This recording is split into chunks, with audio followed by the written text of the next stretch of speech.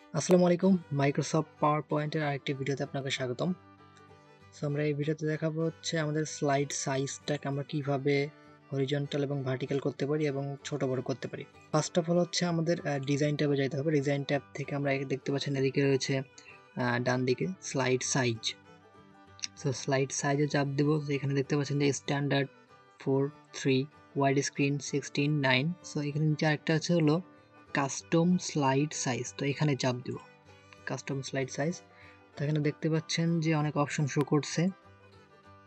Wide screen, তো এখানে চাপ দিলে আমাদের অন স্ক্রিন শো, তারপর letter page, ledger paper, A3 paper, A4 paper, B4, B5, 35 mm, এখানে অনেকগুলো শো করতেছে। তো এখানে হচ্ছে আমরা চাইলে এখানে কাস্টম ভাবে এটা দিতে পারি।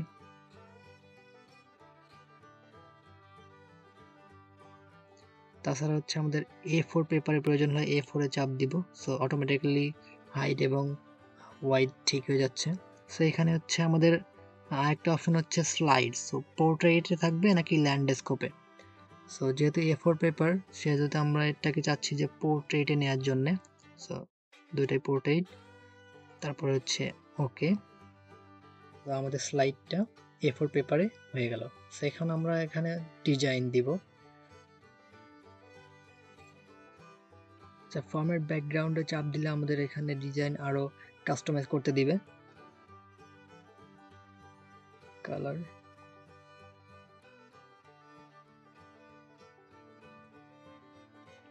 এখানে আমরা টেক্সচার ফিল করতে পারি, প্যাটার্ন, তারপর হচ্ছে আরো অনেক অপশন রয়েছে।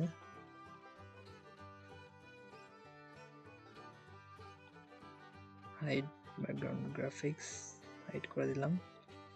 সো ফরগ্রাউন্ডে আমাদের কি থাকবে,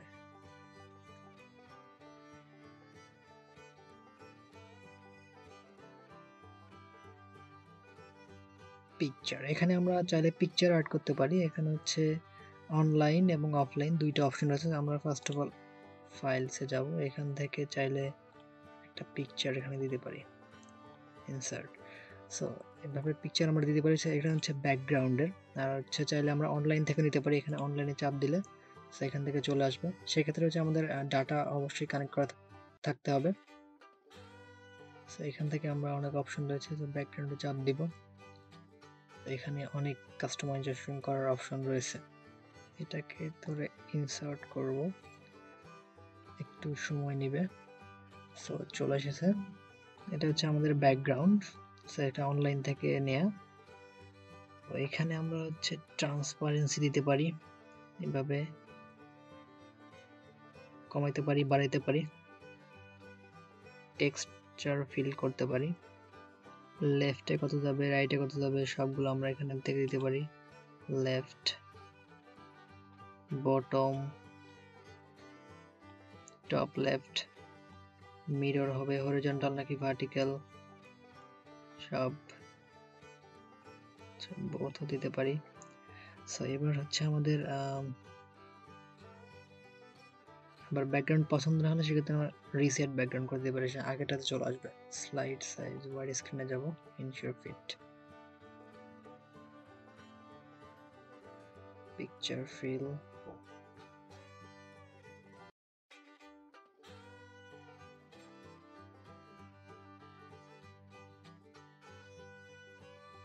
এখানে চাইলে আমরা হচ্ছে এটার কালার আরো চেঞ্জ করে দিতে পারি, যেমন ফন্টস, তারপর হচ্ছে ইফেক্ট, কেমন ইফেক্ট পড়বে এটাতে, তারপর হচ্ছে ব্যাকগ্রাউন্ড স্টাইল কেমন হবে। তো এখান থেকে আমরা এটা সিলেক্ট করে দিতে পারি। Format background, reset slide background, তারপর হচ্ছে ইফেক্ট, ফন্টস, কালার্স, এখান থেকে আমরা কালারগুলো চেঞ্জ করতে পারি। তো এখান থেকে দেখতে পাচ্ছি যে violet, red, red orange, yellow, green, blue, blue বার্ম, গ্রে স্টাইল, অফিস 7। সো এখানে এইভাবে আমরা সিলেক্ট করতে পারি। তাছাড়া হচ্ছে এই যে নিচের দিকে একটা বাটন রয়েছে, এটা হচ্ছে মোর। এখানে চাপ দিলে আমাদের আরো অনেকগুলো অপশন শো করবে। সো এখান থেকে আমরা এইটা সিলেক্ট করি।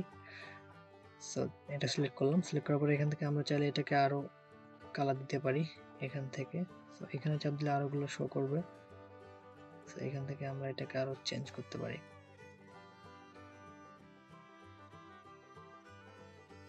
এভাবে আমরা হচ্ছে একটা স্লাইডের ডিজাইন চেঞ্জ করে দিতে পারি। আজকের ভিডিওতে এই পর্যন্তই। Thanks for the watching.